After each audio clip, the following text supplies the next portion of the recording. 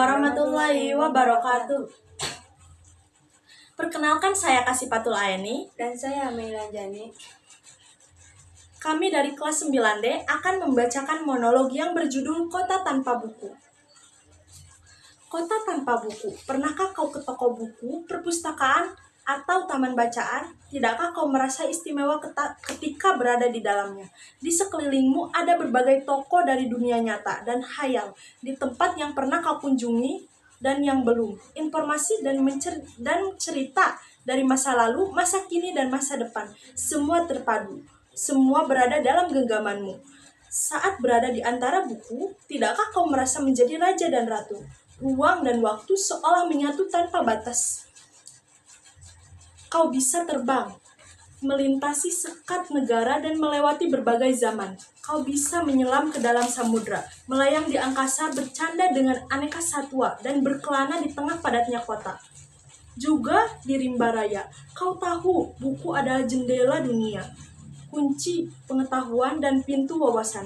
Muhammad Hatta, sang proklamator, berkata, "Aku rela dipenjara asalkan bersama buku, karena dengan buku, aku bebas. Melalui buku, manusia terbebas dari ketidaktahuan. Tempat-tempat yang dipenuhi buku adalah harapan berkembangnya pengetahuan dan wawasan." Apa jadinya kota tanpa buku? Pantaskah dia disebut kota? Di kota itu, mungkin kabar datang dari sumber lain, dari koran, televisi, atau internet. Mungkin informasi dan cerita datang dari cerita nenek moyang, berbagai dongeng-dongeng sebelum tidur.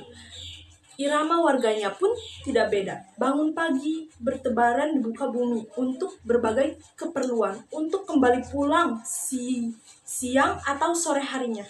Setelah itu mereka berangkat tidur dan memulai lagi hari berikutnya, semua serupa. Di kota itu mungkin ada bangunan bernama perpustakaan. Di dalamnya buku-buku berderet dalam rak yang tak terjamah. Tiada tangan meraih dan membuka halaman demi halaman dengan sukacita. Mungkin juga ada tumpukan buku di sudut-sudut sekolah yang sepi dan berdebu, jarang dikunjungi, jarang dibaca.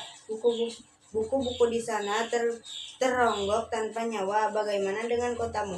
Mungkin kau tinggal di tengah kota yang megah, atau di gang sempit, di desa terpencil, di sisi pesisir, atau di kaki gunung.